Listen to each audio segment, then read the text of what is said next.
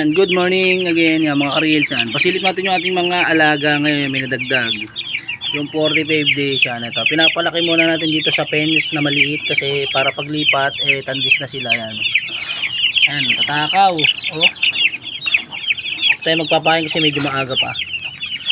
Maya, hindi pa tayo nakakalinis yan. Pasilip lang tayo yan. Ano sa mga update sa mga alaga natin. Yan, good morning. Ito yung ating backyard yan. Medyo madumi. Wala pang tabas-tabas, wala pang linis-linis yan. Lagi tayong busy. Ito sa Brahma yan. Ito si Ii yan. Yung ating baboy na makulit yan. Successful yung pagpapastad natin sa kanya nung last siguro ay 2 months yan. Ayan, 2 months and a half na siyang buntes yan. Ayan, ito yung baboy natin, napakabait niyan. Ayan. Ito na yung tiyan niya ngayon, ang laki na oh. Yan, tarapat na naman sa flooring. Yan.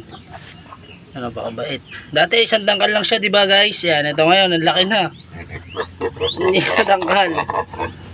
Yan. Gusto niya na magpahimas. Ang mabait na baboy daw mo. Yan. Ayan. Yan.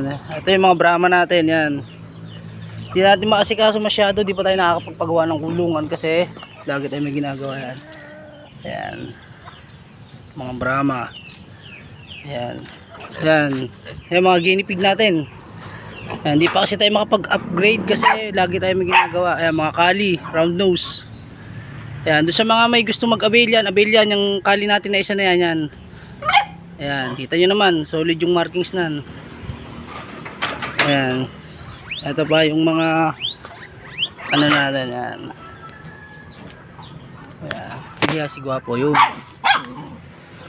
Ito yung ating caliber. Ayan, sa tin. Ayan.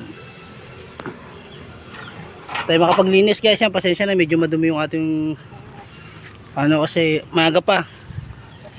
Ayan, yan. Bye bye po yan. Updatean tayo sa mga alaga natin. Magandang buhay po.